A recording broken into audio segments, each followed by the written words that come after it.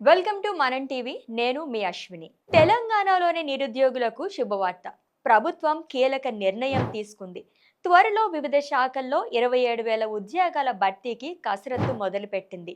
ఇప్పటికే వివిధ శాఖల నుంచి ఖాళీల వివరాలను తెప్పించనున్న ప్రభుత్వం వాటిని ఫైనల్ చేసి ఫైనాన్స్ అప్రూవల్ ఇవ్వనుంది. ఎస్సీ వర్గీకరణతో ఆలస్యమైన అన్ని జాబ్ నోటిఫికేషన్స్ ఇప్పుడు మళ్ళీ రీస్కెడ్యూల్ చేయనుంది. ఈ ప్రకారం త్వరలో రాష్ట్రంలో దశల వారీగా 27,000 ఉద్యోగాలను భర్తీ చేసేందుకు రేవంత్ సర్కార్ ప్రయత్నాలు మొదలుపెట్టినట్లు సమాచారం. మరోవైపు ఇప్పటి వరకు గ్రూప్ 3, 4కు వేర్వేరుగా ఎగ్జామ్స్ నిర్వహిస్తుండగా ఇక నుంచి ఈ రెండిటికి కలిపి ఒకే ఎగ్జామ్ పెట్టాలని ప్రభుత్వం భావిస్తోంది. గ్రూప్ 3, 4కి ఒకే సిలబస్, క్వాలిఫికేషన్, డిగ్రీ మాత్రమే ఉండనుంది.